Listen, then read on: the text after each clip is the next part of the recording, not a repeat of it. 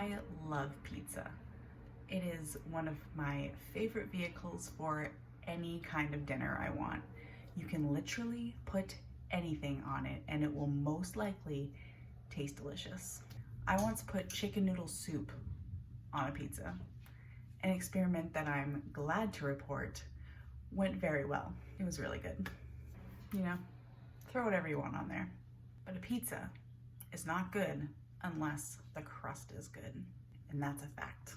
I usually go the route of getting some dough at the store. I have a really good selection, I'm very lucky, but if you don't, you should make it. So today I wanted to make my own pizza dough and give the store a little bit of a break. Because we are using yeast, this dough will take a few hours to kind of get together, but once it's together, it doesn't take long at all to cook. And it takes even less time to eat. Trust me. Now we can get started and get our dough together. In a bowl here, I'm just going to put in a packet of active dry yeast. And I'm a big dummy and I don't have any honey, so a little bit of sugar. You start with about 1/4 cup of lukewarm water. You don't want this too cold because your yeast won't activate, but you also don't want it too hot because you'll kill the yeast. It's a very temperamental thing. Mine was about 105 degrees. You want it between about 105 to 110. And I'm gonna let this activate for a few minutes. You should start to smell it. It should smell like yeasty bread. You should start to see little bubbles start to form on the top. If it doesn't, throw it out, start again. Your yeast is dead. And it has all activated. You can see how foamy it is in there and the bubbles are there. It smells nice and sweet.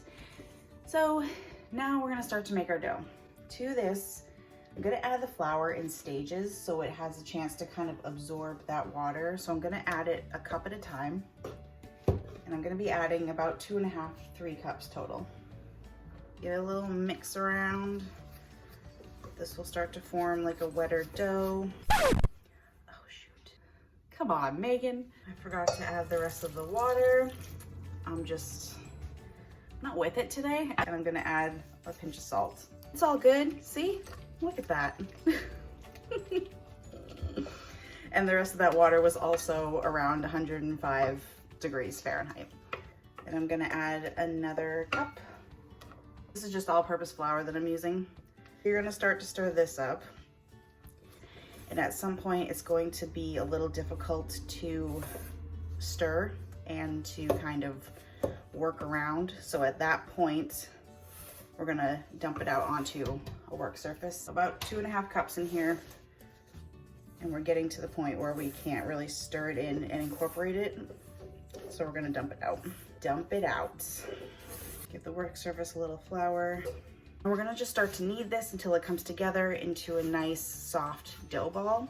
Probably take around 5 to 7 minutes. We're gonna be adding gradually, if we need it, that last 1/2 cup of flour to make the 3 cups of flour, but only if you need it. It really depends on, you know, the weather, what it's like in your house. Just keep on kneading it until it comes together.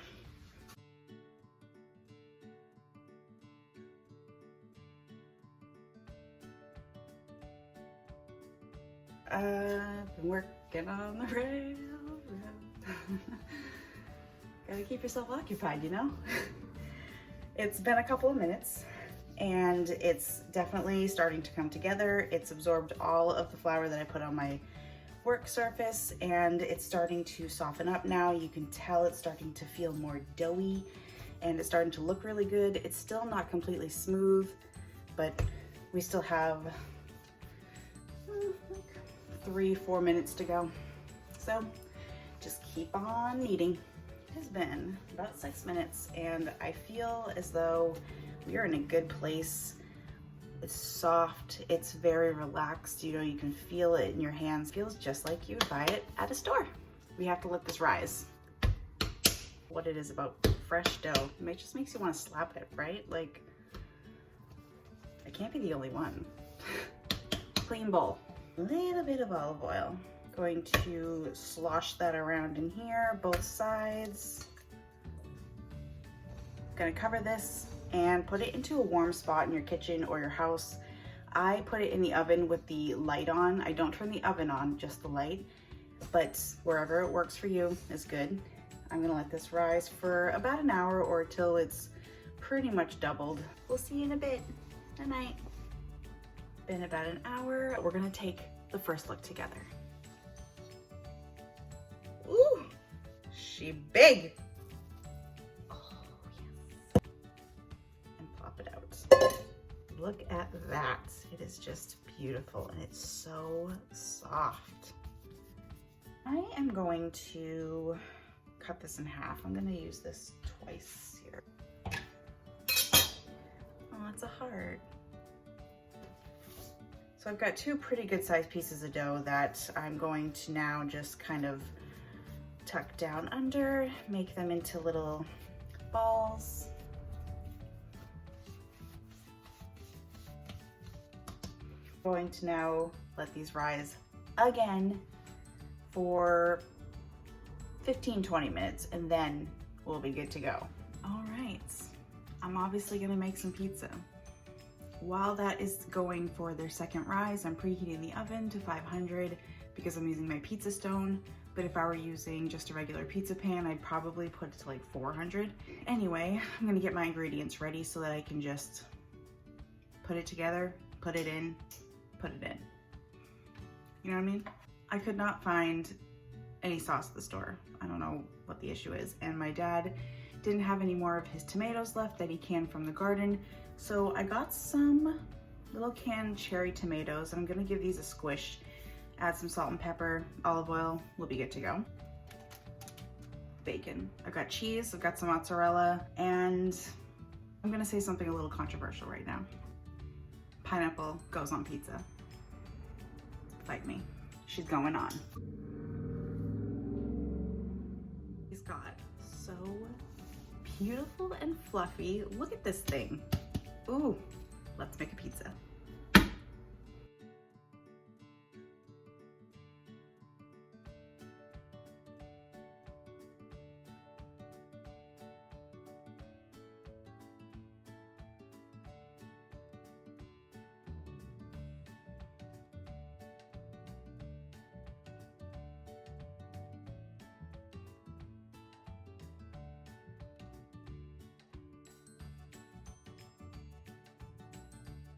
There you go.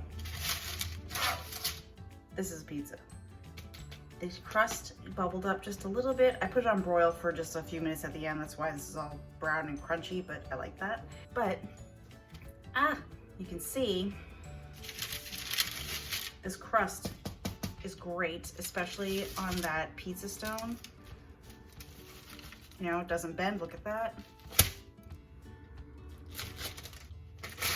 A little look on the underneath, you can see it's all done and it's so crunchy and beautiful. Look at that. There's the pizza. You can see right inside there all those little holes. It looks great. You need to try this dough. It holds up.